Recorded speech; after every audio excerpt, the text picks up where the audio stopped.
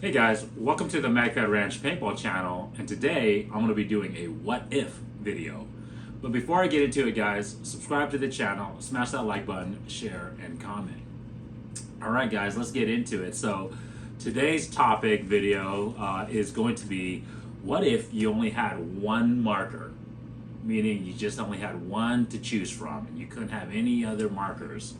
I know that would be crazy for me, as you guys can see how many markers I have in the back, but like I said, you know, if there was one marker to rule them all, what would that marker choice be? Okay, and so yeah, I'm gonna give you guys my choice or my recommendation today, guys. My personal, I guess, favorite if I only had one choice.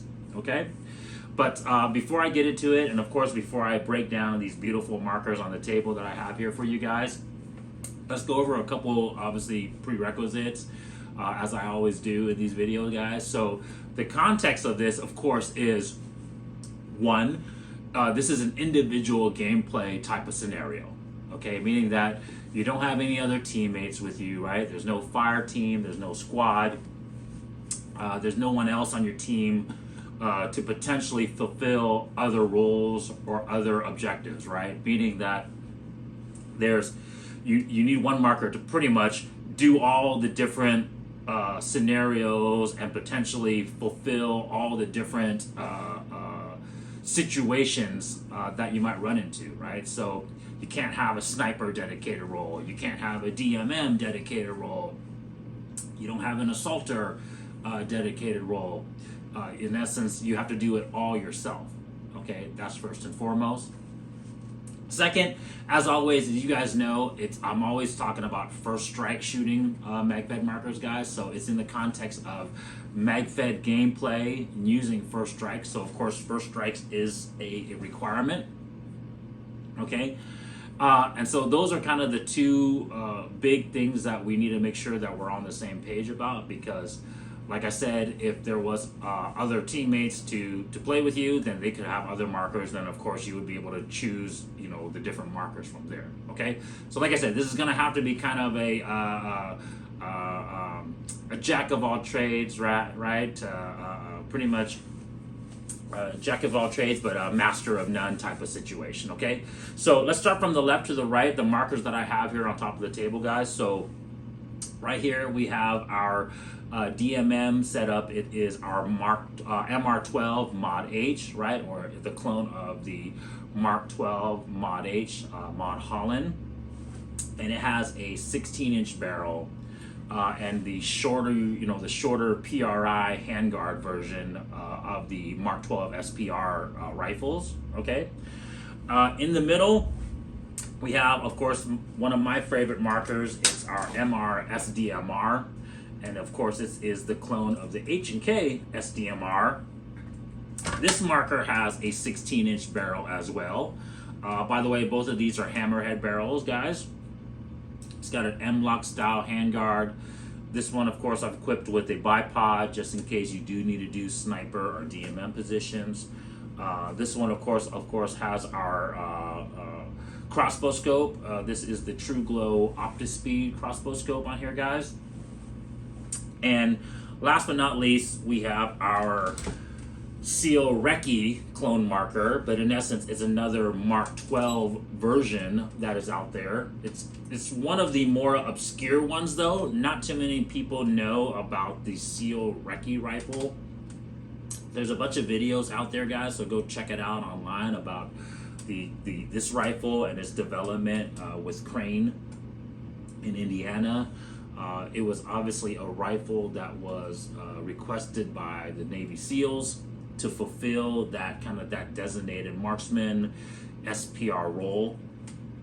And of course, from that program, or from that kind of request from the SEALs, is kind of where the Mark 12 SPR upper receiver, and then of course eventually the Mark 12 rifle came into development. This one has a 15-inch hammerhead barrel, as they were available. Like I said, guys, the information is out there, but these were available with 15 or 16-inch barrel options. Kind of very similar handguards to the Mark 12 Mod 1 rifle. And yeah, just a very cool concept at the early phases of, I believe it was the GWAT, right? The Global War on Terror. It was kind of the early concept of how to increase the effective range and lethality of the M4 platform, right? And so from this, this concept of like, free float handguards, thick accurized barrels, mounted with, variable optics, right? Magnification optics,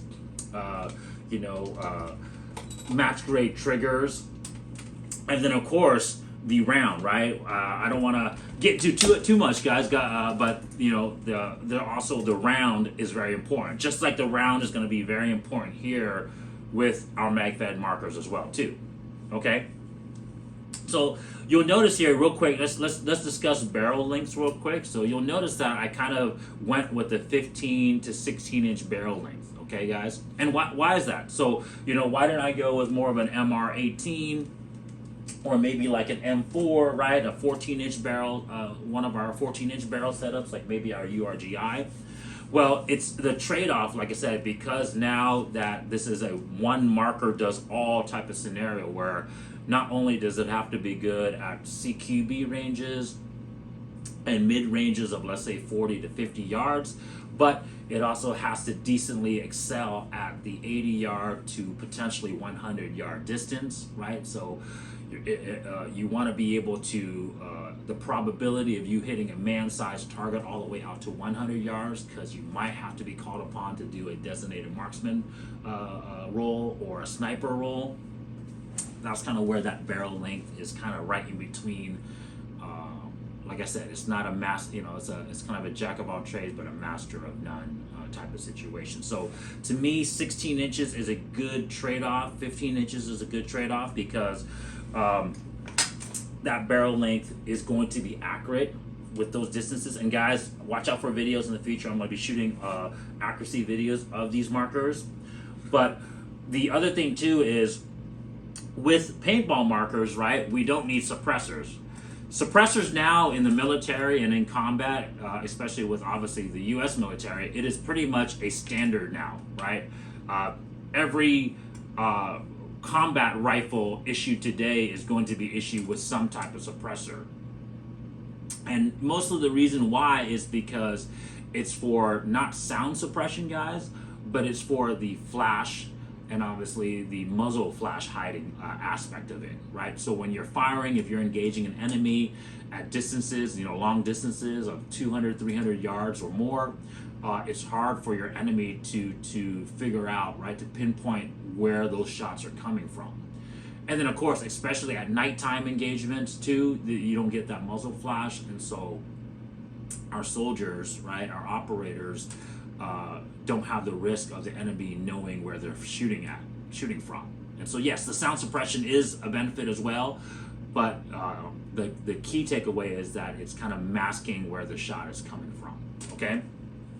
And then of course, hearing protection, right, being able to save your hearing, and then of course communication in a firefight is better because that loud noise isn't there, so you're able to communicate with your team more. But like I said, in this particular case, because sound suppression, flash hiding is not an issue with paintball markers, we don't need to worry about that added distance of a suppressor. And so, you don't have to add a suppressor to a 16-inch barrel and make it 20-something inches, right? Not like our, the Marines now who have with their M27 IARs suppressed. It's a fairly long rifle now. Okay, so yeah, 16 inch is going to be a trade-off. 15 inch is going to be a trade-off for having benefit of all those. Okay, another thing too is weight. So these markers, guys, even though it has the longer hand guards, right, and the 16 inch, 15 inch barrels, it's actually fairly light. This one, of course, doesn't have the optic yet, but even with the optic, guys, I've talked about this in previous videos, especially with the M-Lock, the newer style M-Lock handguards, the weight of the marker is actually very well balanced and very light now.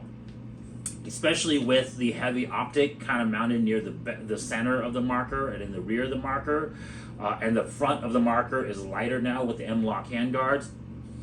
all the weight is mostly here on the marker.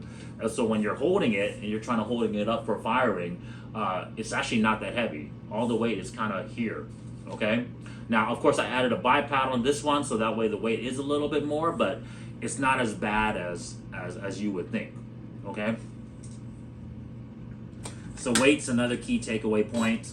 Balance, accuracy, and then let's go back to barrel length. Obviously, it's not so long, right? It's not like our MR12, right? Mark 12 clone markers, or of course like our 20-inch sniper clones, that is still not maneuverable in a CQB or in a in a close confinement situation as well too. It's definitely not as good as a MR18, right? Or maybe our Honey Badger. If you guys compare it here, obviously this marker is way longer than a Honey Badger, even with the suppressor on there, and it's slightly longer than our MR18s, even with the MR18 having a suppressor on it, but it's not overly long where you couldn't make it work. It's not ideal, but once again, like I said, guys, this is kind of a one marker fulfills everything, right? It's not going to be great at one particular thing.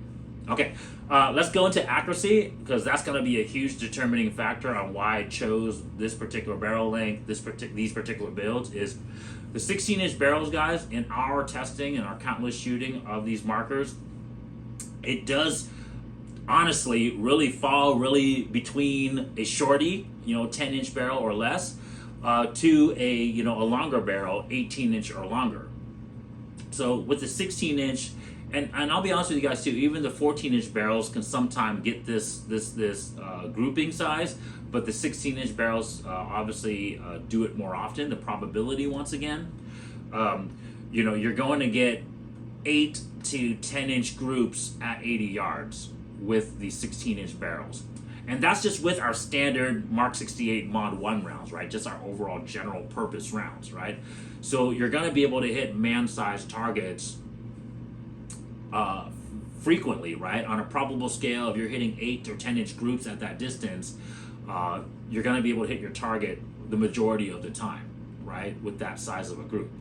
And then, of course, at 100 yards, that group might open up to 12 or 15 inches, but you should be able to still hit a man-sized target frequently enough at those 100-yard distance that you could say with certainty that your probability to hit a target out to 100 yards is still fairly high, right?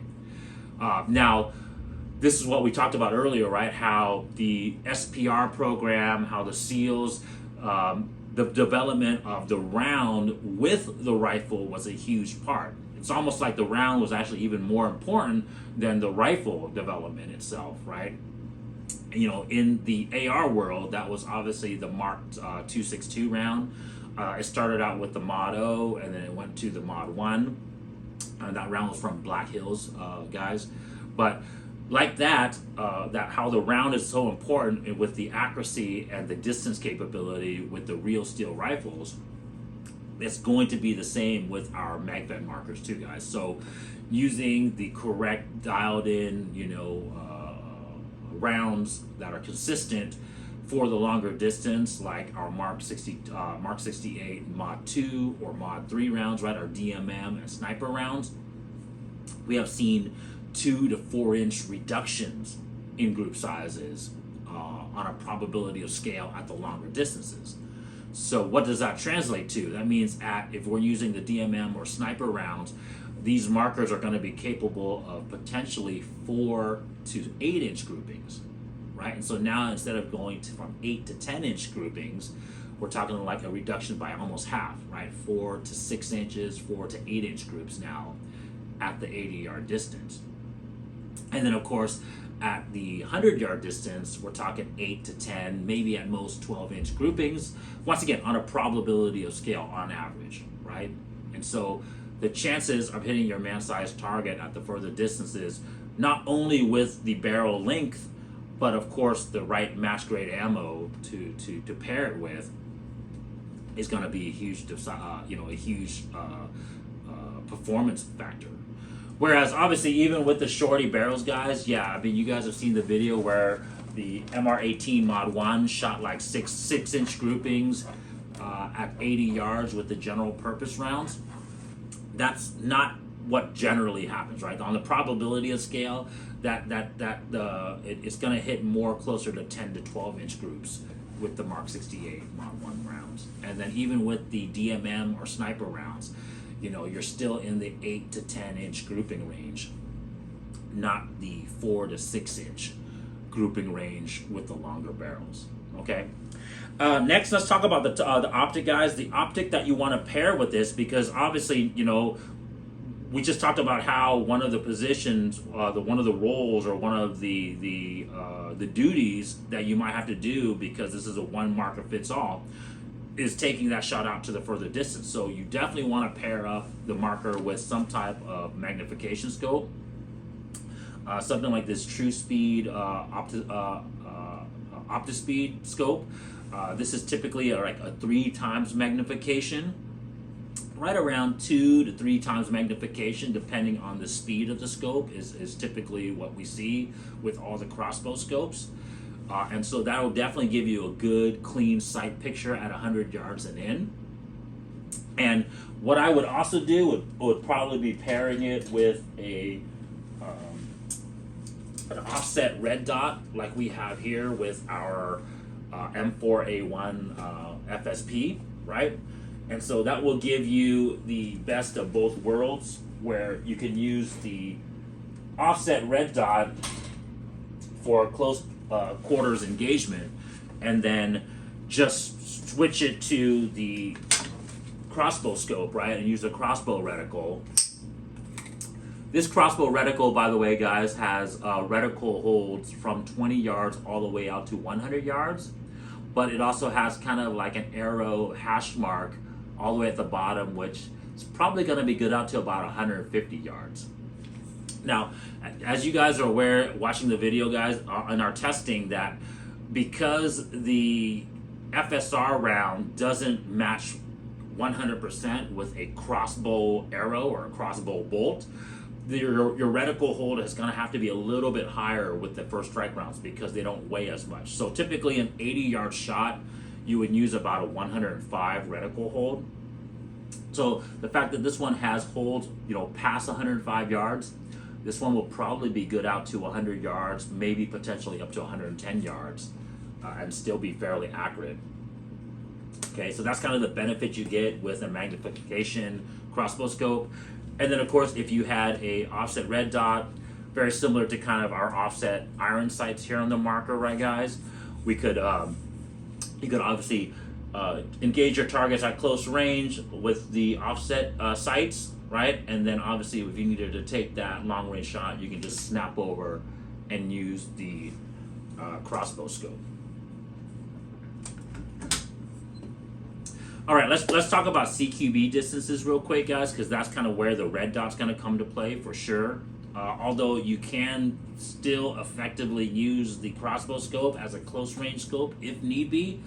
However, because of the eye relief on the crossbow scope, it's not going to be as easy as a red dot to pick up that reticle. So because of the dual nature or even the multi position nature of this marker, I would definitely recommend using an offset red dot. And so with the close range engagements, if you have the red dot, you should be, you know, more than be able to fulfill a very quick assaulter, right? Quick engagement, snap shooting with the red dot.